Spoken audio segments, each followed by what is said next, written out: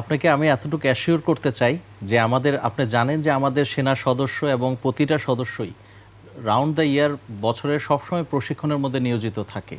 Normally তারা দেখা যায় যে বিভিন্ন শীতকালীন এবং গ্রীষ্মকালীন পাশাপাশিও বিভিন্ন ম্যানুভার এক্সারসাইজ স্বর্ণদ্বীপ এবং ইয়েতে করে থাকে।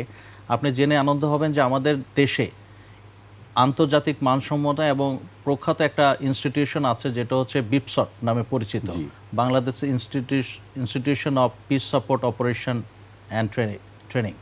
সো দেখা গেছে যে বিভিন্ন দেশের থেকে, আপনাকে ওয়ার্থ মেনশনিং যে USA, Australia, Canada, Netherland, Nepal, Sri Lanka এবং প্রতিটা দেশ যেসব ইউনিটগুলো হায়েস্ট ট্রুপস কন্ট্রিবিউটিং কান্ট্রি, তারাও বাংলাদেশে এসে প্রশিক্ষণ গ্রহণ করছে এবং আমাদের এখান থেকেও প্রশিক্ষক যাচ্ছে তাদের ওখানে, সেখানে যে তাদের পিসকিপিং ইনস্টিটিউশনগুলোতে ওখানে প্রশিক্ষণ দিচ্ছে।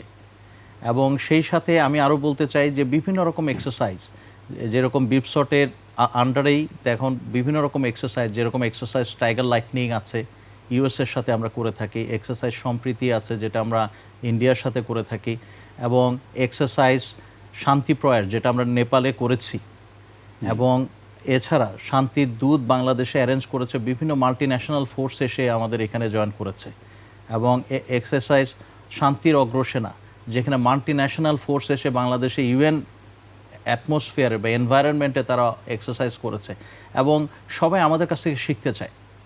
এটা বেসিক্যালি আস্থাটা অর্জন করেছে আমাদের পেশাদারিত্ব, দক্ষতা এবং কর্তব্য পরায়ণতার একটা যে পরিচয়, আমরা মানবিকতার যেই একটা। ওয়ালটন আবারও মিলিনিয়ার অফারে ওয়ালটন ফ্রিজ কিনে আপনিও হয়ে যেতে পারেন মিলিয়নিয়ার। পতাকা আমরা যেখানে উন্নয়ন করেছি সেটাই বেসিক্যালি আমাদেরকে সবার কাছে একটা রোল মডেল হিসেবে নিয়ে এসছে, যার জন্য প্রতিটা দেশ থেকে সব সময় আমাদের কাছে তারা ইনস্ট্রাক্টর ফ্যাসিলিটিস চান, মাঝে মধ্যে আমাদের এখানে ট্রেনিং করাতে চান। নেদারল্যান্ড 5 ইয়ার্সের জন্য আমাদের বিপসটে তারা কোর্স করানোর জন্য টাকা দিয়েছেন যে এইখানে আমরা ট্রেনিং করাবো সব দেশের সেনা সদস্যকে। সো এটা আমাদের জন্য অবশ্যই গৌরবের।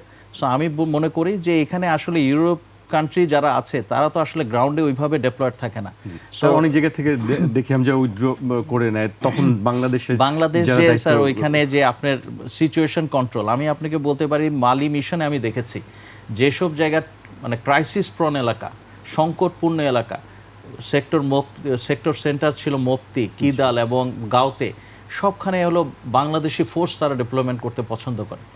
বিভিন্ন চাঁদ ব্যাটালিয়ান বা ঘানা ব্যাটালিয়ান বা নাইজার ব্যাটালিয়ান বা যেসব ব্যাটালিয়ানই আছে তারা কখনোই ইজিপ্ট ব্যাটালিয়ান এরা ওই বিভিন্ন সংকটপূর্ণ এলাকায় যেতে চায় না, কিন্তু বাংলাদেশকে যেখানে বলা হয় এবং খুব সাফল্যের সহিত পেশাদারিত্বের সহিত জিনিসগুলোকে ট্যাকেল করে, এই জিনিসটা আপনাকে অবশ্যই তারা এক বাক্যে স্বীকার করে যে বাংলাদেশ শান্তিরক্ষী বাহিনী যেখানে আছে, things will become normal and things will become stable.